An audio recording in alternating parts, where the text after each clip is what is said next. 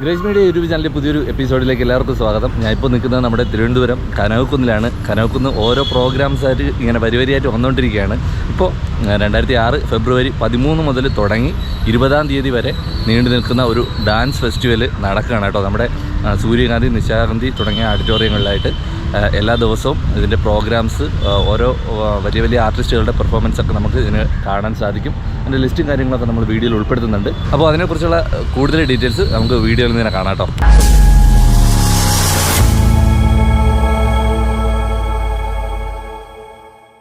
ഇപ്പോൾ നമ്മുടെ കനകക്കുന്ന് കൊട്ടാരത്തിൽ നടക്കുന്ന ഡാൻസ് ഫെസ്റ്റിവലിൻ്റെ ഒരു നോട്ടിഫിക്കേഷൻ വീഡിയോ ആണ് കേട്ടോ ഇത്.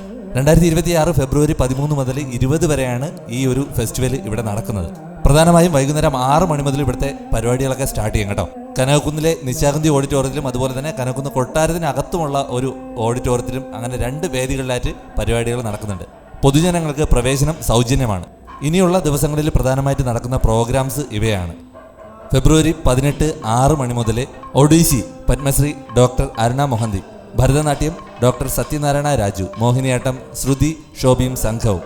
ഫെബ്രുവരി 19 6 മണി മുതൽ സത്രിയ ഡിംബി ബൈശ്യ, ഭരതനാട്യം നവ്യ നായർ, കൊച്ചുപിടി രചന നാരായണൻകുട്ടിയും സംഘവും.